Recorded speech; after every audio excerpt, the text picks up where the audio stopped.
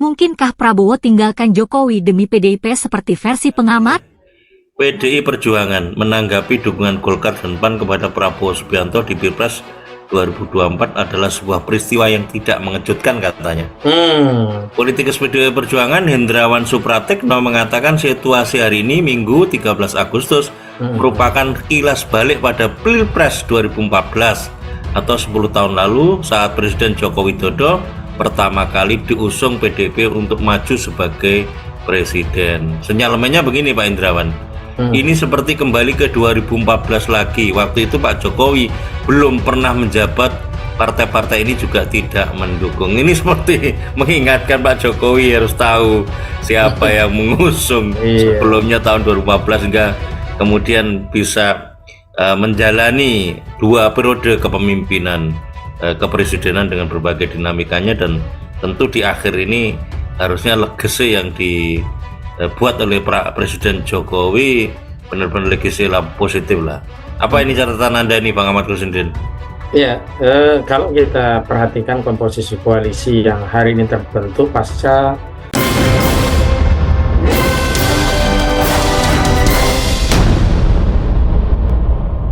nasib Jokowi dan Gibran di PDIP memang masih belum jelas. Hubungan yang renggang, Jokowi yang berpihak pada Prabowo, Gibran yang terobos jalur menjadi cawapres, itu cukup jadi bukti mereka menjauhi PDIP.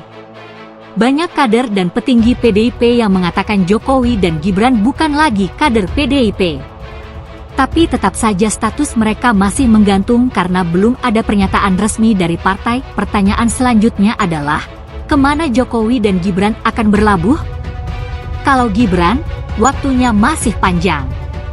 Dia masih bisa menunggu dengan status tanpa partai seperti Anies.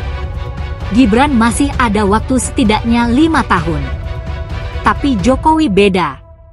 Jokowi harus gerak cepat untuk menentukan statusnya sebelum lengser, apakah akan pensiun total dan menjaga cucu atau tetap di dunia politik dengan menjadi, misalnya ketum umum partai. Saya kutip pendapat dari seorang pengamat, Adi Prayitno. Dia prediksi Prabowo akan lebih memilih PDIP ketimbang Jokowi. Dia bahkan yakin itu bakal terjadi sesudah Prabowo resmi dilantik jadi presiden. Kalau Jokowi nanti tidak lagi penting bagi Prabowo, maka PDIP berpeluang besar untuk bergabung ke pemerintahan. Sebaliknya, jika nantinya Jokowi masih ikut campur dalam pemerintahan Prabowo Gibran, PDIP tidak akan mau ikut berkoalisi.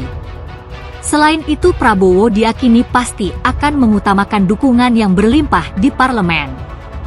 Prabowo butuh dukungan politik yang solid, sehingga semua keputusan politik bisa berjalan dengan mulus.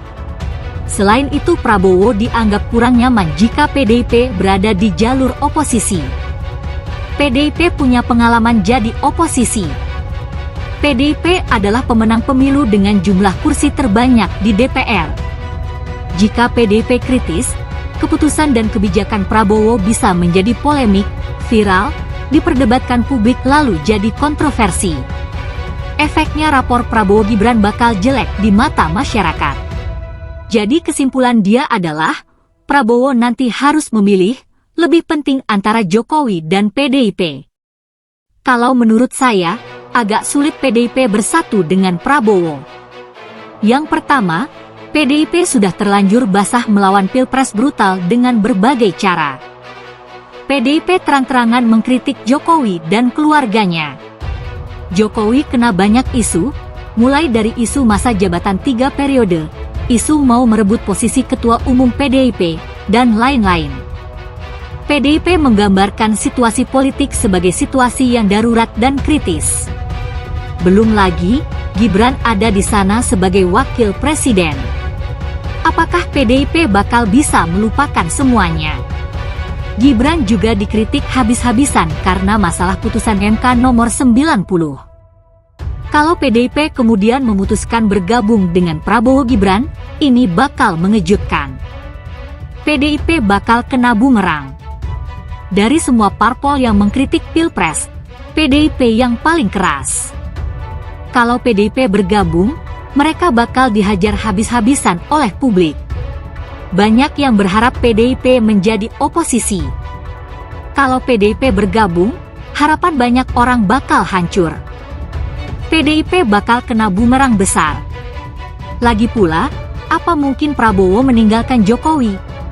Anaknya aja jadi wakil presiden, masa Prabowo bakal telantarkan atau melupakan jasa Jokowi? Ini bisa berefek ke hubungan antara Prabowo dan Gibran. Resikonya politiknya terlalu besar kalau Prabowo membuang Jokowi demi PDIP. Jadi versi saya, peluang PDIP untuk bergabung dengan Prabowo cukup kecil. Narasi Prabowo bakal ninggalin Jokowi agak susah diterima dengan logika, meskipun semuanya bisa terjadi. Intinya, lebih baik PDIP jadi oposisi saja. Atau mari berharap Prabowo tidak berpikiran merangkul semuanya demi memuluskan kebijakannya nanti. Semua kebijakan, apalagi yang ngawur, kalau lolos begitu aja, ini sangat berbahaya. Ada oposisi itu bagus supaya mata masyarakat terbuka. Oposisi teriak, rakyat bisa tahu apa yang salah dengan kebijakan pemerintah.